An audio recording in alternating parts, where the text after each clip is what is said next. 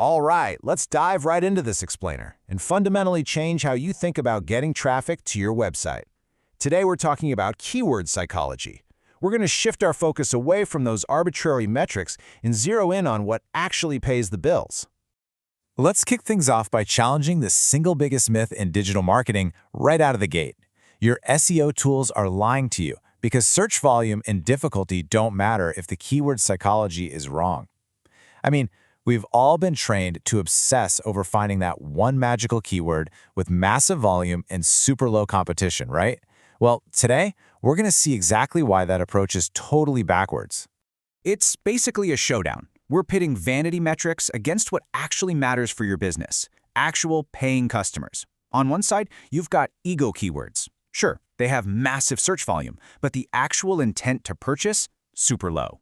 Contrast that with revenue keywords. They might have seemingly low search volume, but the person typing that into the search bar, they are ready to pull out their credit card and pay right now. The crucial point here is that ranking for a massive generic term might feel amazing for your ego, but honestly, it usually does absolutely nothing for your bottom line. An ego keyword is essentially a broad, highly competitive search term. Think something really generic like just typing wedding planner.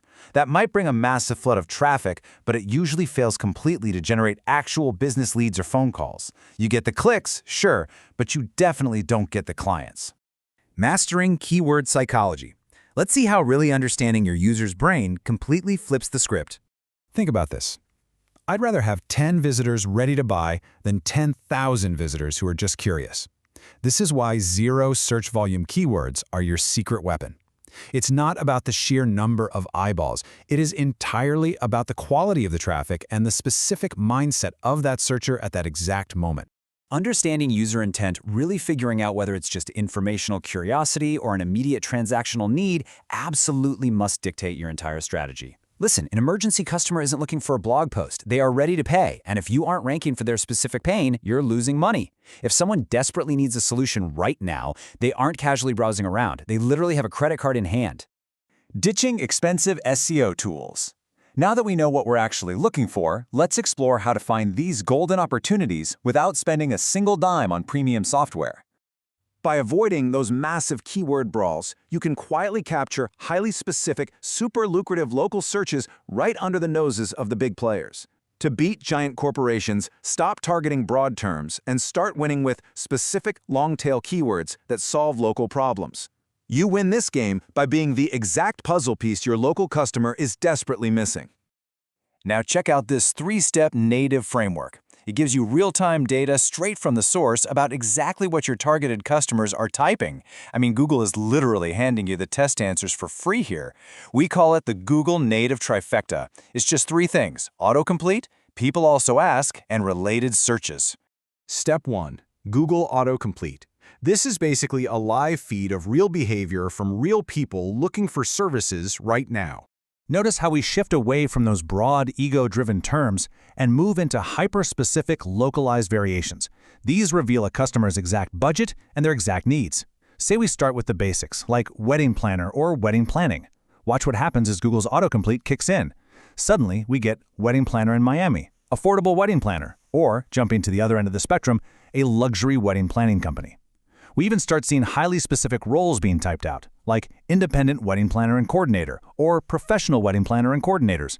Guys, these right here, these are your revenue-generating targets. Step 2. People also ask. This section is an absolute goldmine because a business only grows when it successfully solves its customers' actual problems. When you uncover a direct question, something like, how much does a wedding planner cost? You are literally seeing the exact hesitation standing between that searcher and their wallet. People asking this, they aren't just daydreaming about a wedding. They are actively budgeting. They are right at the bottom of the funnel. You've got a really clear choice to make here. If you ignore these specific questions on your website, you're going to lose the lead. It's that simple. But if you build out a dedicated FAQ section to transparently answer these exact pricing questions based on your service tiers, you build immediate trust and you convert that traffic. You instantly become the helpful expert they were looking for. Step 3. Related searches. Now let's jump to the bottom of the search results, where you can find deep intent searches. Down at the bottom of the page, Google just hands you these brilliant, related, long-tail variations totally for free. Finding specific location and cost-based modifiers helps you build dedicated pages that directly capture high-intent, ready-to-book local traffic. Just look at these examples: Wedding Coordinator Dallas or Wedding Planning Cost in Los Angeles. By identifying these deep intent-related searches, you know exactly what dedicated landing pages you need to build next. Converting searchers into revenue. Let's pull all of this tactical research together into a structured plan that actually makes you money. This right here is the ultimate litmus test for any keyword you decide to spend time creating content for. Stop chasing search volume and start chasing revenue. If your keywords aren't bringing in phone calls, they are just ego keywords. Seriously, you might want to write that down and hang it up right next to your desk.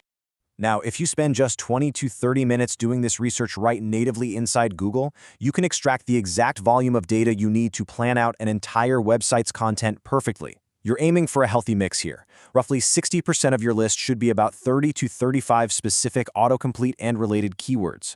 The other 40%? That should be a really solid list of 20 to 25 questions pulled directly from that People Also Ask section. So this becomes your execution blueprint.